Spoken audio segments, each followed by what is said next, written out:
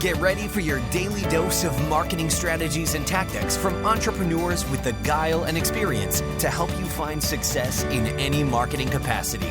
You're listening to Marketing School with your instructors, Neil Patel and Eric Su.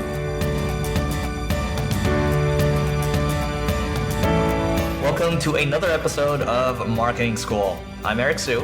And I'm Neil Patel. And today we're going to talk about how to reduce your bounce rate. Neil, what the heck is a bounce rate? Bounce rate is when someone pretty much just leaves your site right away, right? I will read you the textbook definition of a bounce rate. A bounce rate is the percentage of visitors to a particular website who navigate away from the site after viewing only one page. A rising bounce rate is a sure sign that your homepage is boring or off-putting. That's an example, right?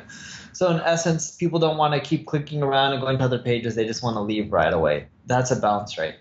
And the higher the percentage, that means the less valuable your website as a whole resource is to people, because if people are like really wowed with what they read or they found on the page, they're more likely to click through and go to other pages. So first and foremost, the thing I will say is having a better design can keep people around longer and then compel them to move forward. So better design also coupled in with so you might add like a widget where you're saying, hey, you can check out these related posts as well. That way it's not just getting them to bounce off the page. Because the thing also with bounce rate is if you've done such a good job with your posts, people might leave. That's the thing. Like you might have actually just delivered. If your post is that good, there's really no reason for them to explore on, right? But your job is also to say, okay, by the way, here's some related posts here. If you look at Neil's blog, Quick Sprout, he has, hey, here are the top posts. Here are some guides that you can check out too. But you're opening up the ability for people to explore more around your site so they're not just leaving on the first shot. The one thing that I've known that's really helped increase my bounce rate, and I tested this less than a month ago, is I removed a lot of my pop-ups. So I have like a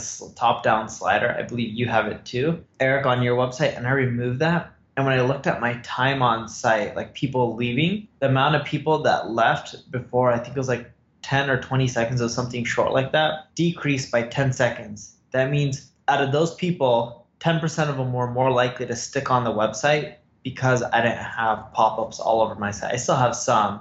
Eventually I'll remove them all, but that's what's happened when I removed the slider coming from the top. That's interesting because everybody's mileage is going to vary. So Neil just gave you his numbers, and then I remember reading something, this was a couple years ago, where I forgot what the guy's name is, but he's fairly known. I think he's in the venture capital space, maybe not venture capital, but he's some kind of founder, totally different. But he showed basically like what happened with his site. He had a pop-up before, and then what happened when he removed it. And literally like the metrics did not change at all. This is something you need to go out there and test. Obviously, I'm going to emphasize again, your mileage may vary. What I will also say for when it comes to bounce rate, you're going to cause people to bounce if you don't have a fast loading website. If your site is slow, okay, I'm out, right? People aren't going to wait.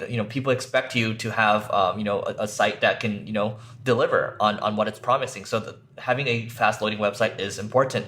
And if you're going to try to, test your page speed, you can always use Google's page speed tool. You can use a tool like Pingdom, although it's not super accurate. Even just use your Google Analytics as well, just to kind of see where you're at. These are just the starting points. The other thing you need to do is create a journey for people. When someone goes to your website, they're going to bounce off that page unless you give them something else to do. So make sure you give them a reason to stick around, right? Like after they view one page, suggest them more pages. In essence, walk them through a journey. For example, if I was reading a guide on SEO, the first page may be what is SEO. Second page could be getting started. Third page could be how to implement it within your website. Fourth page could be advanced techniques. You get the point, right? I'm pretty much giving someone a journey. So the moment you start customizing things to people and creating a journey, the better off you are. I'm working on this right now, in which when you go to the blog, you end up selecting like, I'm an e-commerce site, I'm a B2B SaaS subscription, and then the content, everything adjusts based on you and what you're looking for. So in that way, it's the most relevant to you, which should help reduce bounce rates, right? It's all about personalization, creating journeys, giving people a reason to stick around. I mean, having the right offers like Neil just mentioned, and I mentioned before, where you can have like a widget that shows your top posts and also things that are showing categories or breadcrumbs, I should say, allowing people to click around is good. But sometimes, I mean, if you're showing the same offer over and over, people are going to get tired of it. So showing the offer, let's that one's already been said. But next step, using a tool like ConvertFlow, they're fairly new. But basically, if somebody has downloaded a lead magnet on your site, a lead magnet like an ebook, then the next time they come, they're going to be shown like a different lead magnet. So this isn't specifically geared towards how you can reduce your bounce rate, but it's just an additional tip that I wanted to add. But if you are adding, a tool like ConvertFlow where you're showing them different offers when they come back, what the founder said, I had him on the Growth Everywhere show. He said typically when they see the second offer, they're converting at 30 to 80%. Yeah, that's huge. 30 to 80% is huge. The other thing too to keep in mind is simple readability. You can go look at Eric's blog, singlegrain.com. He's modified it quite a bit.